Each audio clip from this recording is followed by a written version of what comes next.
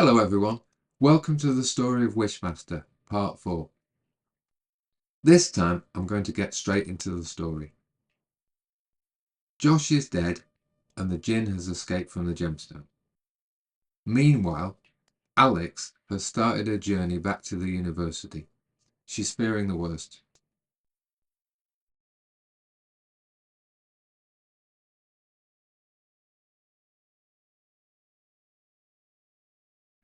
Sometime later, the emergency services and the police have arrived at the university. An investigation into the explosion has begun. It is evening. The sun has set some time ago and it is now dark. Alex arrives and she runs from her car to the physics lab. There are many police officers on the scene, but she rushes past them. She's screaming for Josh.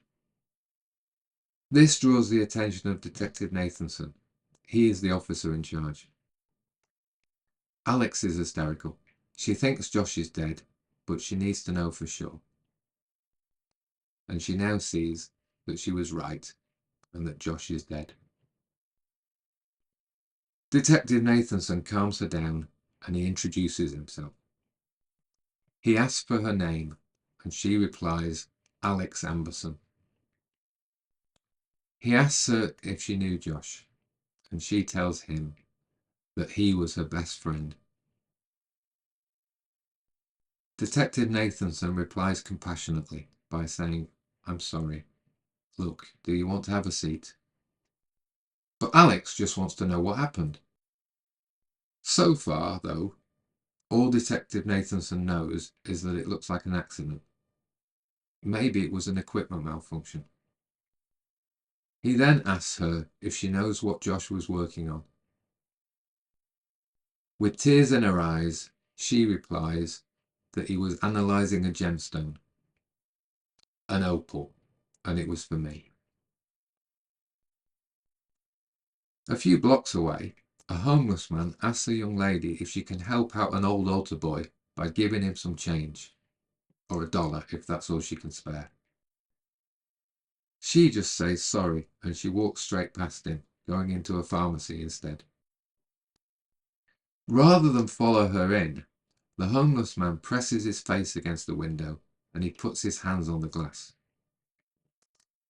The pharmacist at the counter sees him and he makes his way to the door to confront him. It's not the first time this has happened. The homeless man tells him that he's left his customers in there, and that isn't a good way to run a business. The pharmacist is furious and he says, don't tell me how to run a business. You're a fucking bum. This makes the homeless man angry, and they exchange several more expletive-laden insults. He tells the pharmacist that he doesn't own the sidewalk. But the pharmacist tells him that he does, because he pays his taxes. Eventually, the homeless man tells the pharmacist that he hopes he dies. And then he calls him a bald-headed baboon. The pharmacist has had enough now, and he simply waves him away. He goes back inside, closes the door, and he returns to the counter and his customers.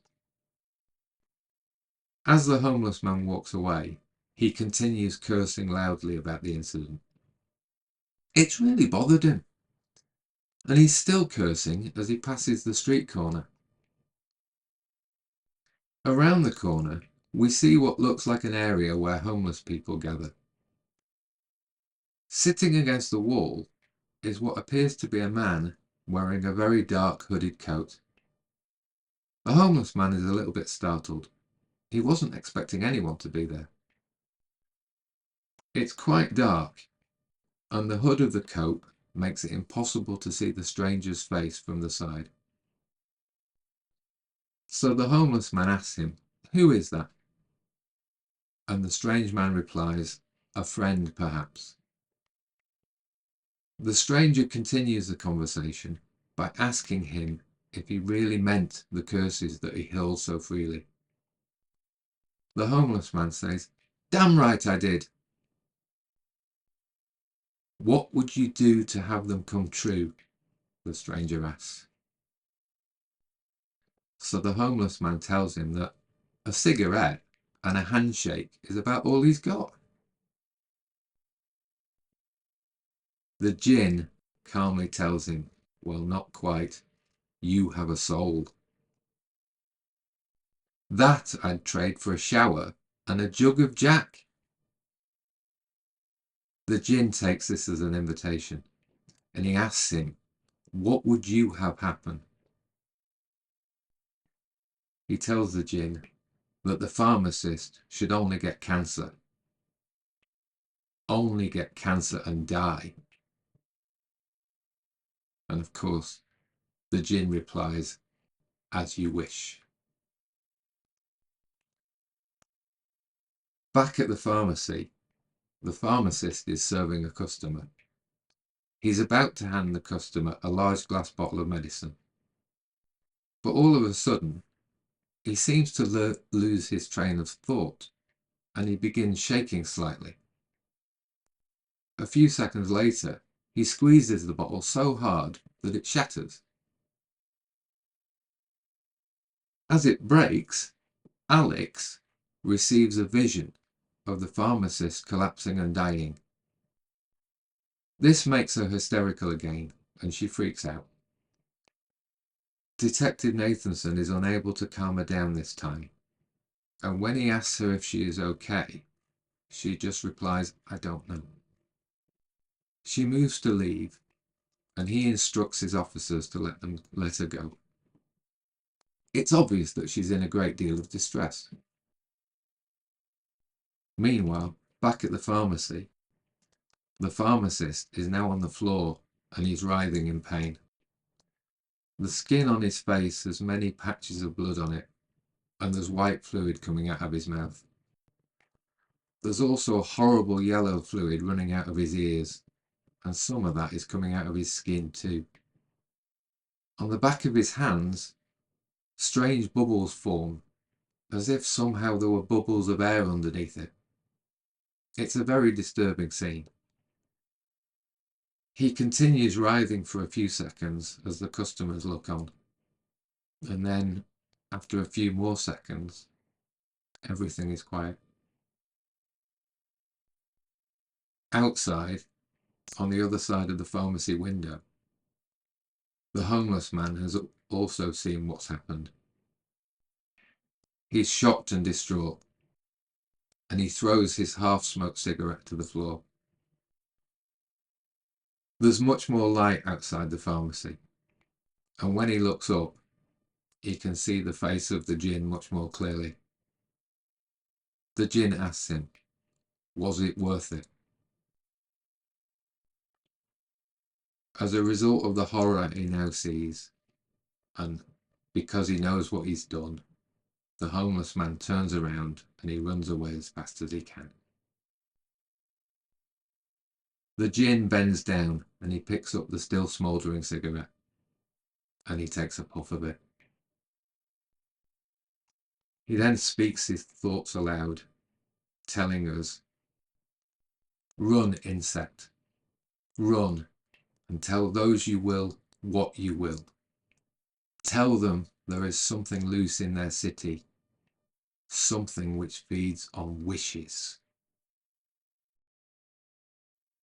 Alex has returned home, and she is now sitting on the couch, smoking a cigarette. She is calm now, but she has a lot on her mind. Her sister Shannon enters the room, and she gently tells her to put it out.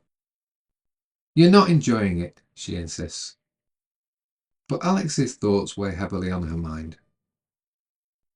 Nevertheless, Shannon is right about the cigarette, so she does put it out. Shannon goes on to tell her that she is really sorry about Josh, and that what happened to Josh was not her fault. Alex says that she thinks it is. She goes on to say she thinks that what she gave Josh is what killed him. Shannon is surprised by this response, but she also knows that Alex also blamed herself for the death of their parents. This happened a few years ago in a house fire. Alex was there and she managed to rescue Shannon from the blaze, but she was unable to rescue her parents. There was absolutely nothing she could have done about it. Shannon now asks her, "Do you have any idea how crazy that sounds?" Alex laughs and she replies, "Yes, I know exactly how crazy it sounds. That's the problem." Shannon then says, "Do you want me to call Dr. Montiglio again?" Alex replies, "No, I'm fine. I'm just upset." Shannon is not convinced though, and the conversation develops into an argument. Shannon thinks that Alex is blaming herself for Josh's death, just like she blamed herself for the death of their parents. She is worried that Alex will have another breakdown, because that's what happened after the fire. Alex is defiant and she tells her, "It's nothing like last time, but something's going on. Something bad. I'm going to find out what it is." Later that night, Alex has gone to bed and she's managed to fall asleep.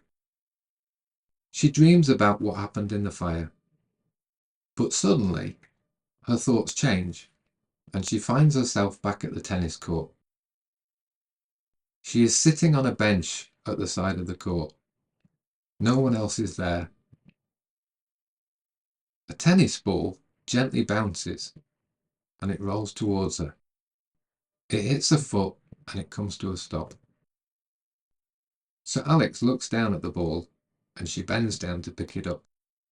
Suddenly, there is someone sitting next to her. He asks her if she's ready to play.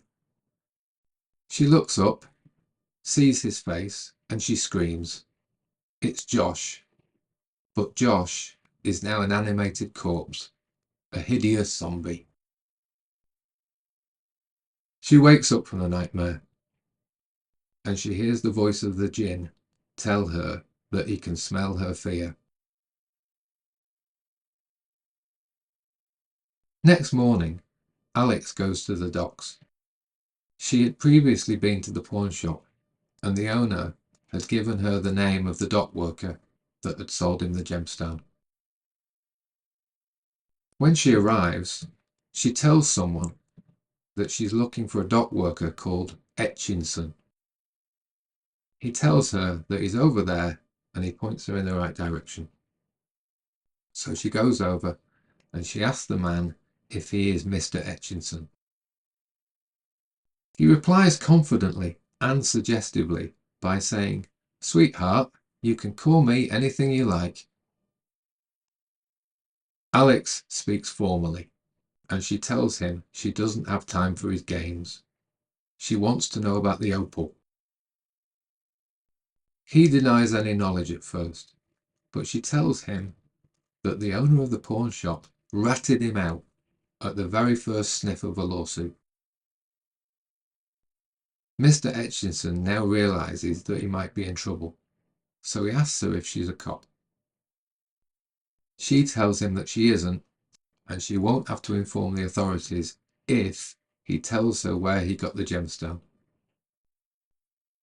So he tells her that it came out of a statue after the accident. "You must have seen it on the news. It killed a guy." She asks him if he means the Beaumont piece. He's not sure, but he remembers there was some guy that bought it, so he thinks she was probably right. As Alex walks away, he tells her that he got a couple of hundred for the opal, and he asks her, "Did I get fucked?" Without looking back, Alex answers, "Royally." Over at the university campus, the djinn is making his way to the School of Medicine.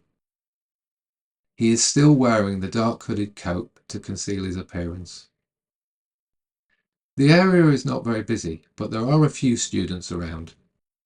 and his appearance makes him look very out of place here, and some of the students do notice him. However, he is walking quickly enough that nobody is able to get a good look at him, and nobody stops him. He passes close to one student, but she gets distracted by a cold wind that suddenly blows all around her. He makes his way to the entrance, and he disappears inside. Alex has driven to the Beaumont estate. Raymond Beaumont's house is a large and beautiful white building. He is a very wealthy man, and he collects fine and rare works of art. And he has done business with the auctioneers before. Once inside, Alex is informed that Mr. Beaumont will see her shortly, and she takes a seat in the reception area. While she is waiting, she reads a newspaper article about the accident. It tells the story of how the statue was destroyed at the docks 2 days ago. The article includes a picture of the statue as it was before the accident. She wants to talk to Mr. Beaumont about the statue and find out if he knows anything about the gemstone. Mr. Beaumont arrives and he says, "Alexandra, how nice to see you again." Alex tells him that she is very sorry about what happened. He thinks she is talking about the statue, and he replies by telling her it was irreplaceable, one of a kind. She then says, "We are talking about Ed Finney, your assistant, right?" He replies by saying, "Oh yes, yes of course," and he takes a big puff on his cigarette. Alex isn't really convinced by his answer though, so she changes the subject, and she asks him if he would answer a few questions about the sculpture. He replies, "Anything you wish." She wants to know about the details of the statue. She asks him if it was bejeweled. He tells her that it wasn't, and that it was a likeness of Ahura Mazda, one of the few examples to have been made after the Islamic conversion. He decides to show her his room of lost gods. There was a place for Ahura Mazda in it, and he thinks she will find it interesting. He puts his arm around her and he leads her further into his home. When they arrive at the room, it is incredible. Mr. Beaumont has collected numerous statues and paintings from around the world. He tells her that these are the gods that were once worshipped but now forgotten. There is an idol from every culture of ancient history. Along the far wall is a space reserved for Ahura Mazda. The sculpture of the pre-Islamic god was to take a prominent position in the collection. Alex asks him, what exactly is Ahura Mazda? He tells her that he's not an expert. It is the objects he collects, not the theologies they represent. But he can tell her that Ahura Mazda was the monotheistic deity of the Zoroastrian religion. Alex says, so he was a god of good then. Mr. Beaumont tells her that he was, but legend has it that his own shadow opposed him. So in a way, he was a source of evil too. He tells her that there is someone at the university he can put her in touch with, a very smart woman. He thinks she can be of some help, provided you can catch her in a good mood. Meanwhile, over at the School of Medicine, the Jinn has made his way to the anatomy lab. The lab has 6 tables arranged in 2 rows of 3. On each table is a human cadaver. The main lights in the room are off, but each table has its own light. Those lights are on, so there is just about enough light to see. The jinn has made his way to the table furthest from the door. The cadaver on the table is fresh and has not yet been worked on. As the jinn is inspecting the face of the deceased, he is interrupted by a student that enters the room. The student thinks the jinn is just another student, so he rebukes him for working in the dark. He tries to turn the lights on, but they do not function. The jinn does not look up or reply, and the student now changes his mind, and he asks the jinn who he is. Again, the jinn does not look up or reply, so the student walks over to the table. He is horrified to see that the jinn is removing the dead person's face. The jinn now lifts his head and he looks the student straight in the eye. He says, "Am I to understand this is not something you wish to see?"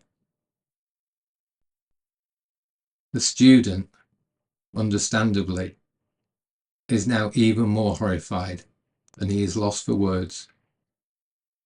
He simply nods and says, "Uh-huh." The jinn replies, "Very well." New skin grows from the top and bottom of his eyes, and it quickly covers his eyelids, sealing them shut. The student panics and screams, "My eyes! My eyes! I can't see! You bastard!" The jinn, of course, ignores his screams, and he goes back to the task of removing the face from the cadaver. This doesn't take him too long though, and he places the human skin over his own face. The skin begins to merge with his, and it also begins to grow. It soon covers his neck, his head, and his ears. Hair grows on his head, and his eyes change to a blue-grey colour.